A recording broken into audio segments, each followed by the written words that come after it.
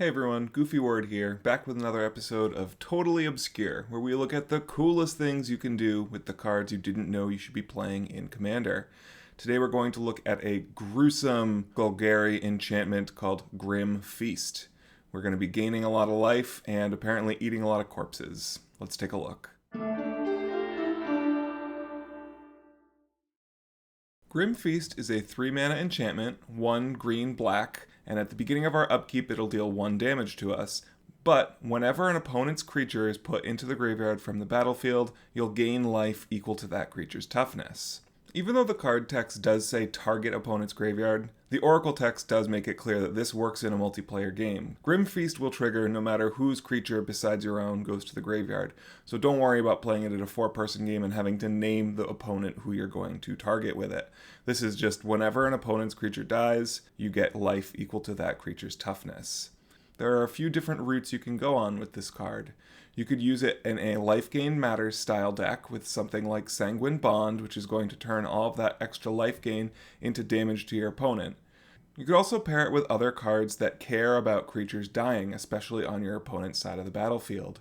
You could use Soul Harvester to turn all of those deaths into cards drawn, or you could use Black Market to turn all of those creatures dying into life gain and mana so that you can continue your future plays.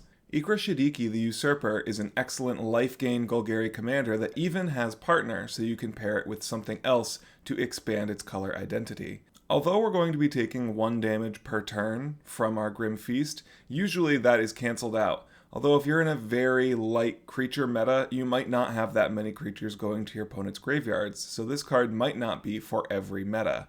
But usually the meta has enough creatures to be gaining a good amount of life with this card. If you're willing to branch out into a 3rd or 4th color, you can use Dawn of Hope to turn those creatures dying into life for you, and that means card draw, or you could use Burning Sands, which means when those creatures die, you're going to gain life and their controller will have to sacrifice a land.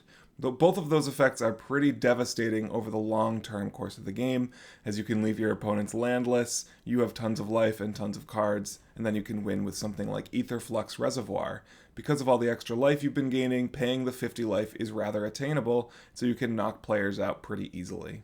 The 1 damage you take each turn is going to be offset by the life gain very, very quickly. Even though there is that small drawback, you're pretty much never going to be losing life from this card, and you'll usually be gaining quite a bit of life. It's easy to imagine that after a board wipe, you will get so much life that you'll never have to worry about that 1 per turn again, and it'll easily put your opponents in range of an Aetherflux Reservoir. This weird little card is in only 170 decks on EDHREC, but I do think the amount of life gain it can give you over the course of a match is worthwhile and something that you should check out. That's going to do it for this episode of Totally Obscure. I hope that you enjoyed learning about Grim Feast, this Golgari card that definitely doesn't have a home currently, but in the right style of deck could be pretty exciting. Please like, subscribe, and comment the name of the totally obscure card that you would want to see me cover next. But for now, I'm Goofyword. Have a great day.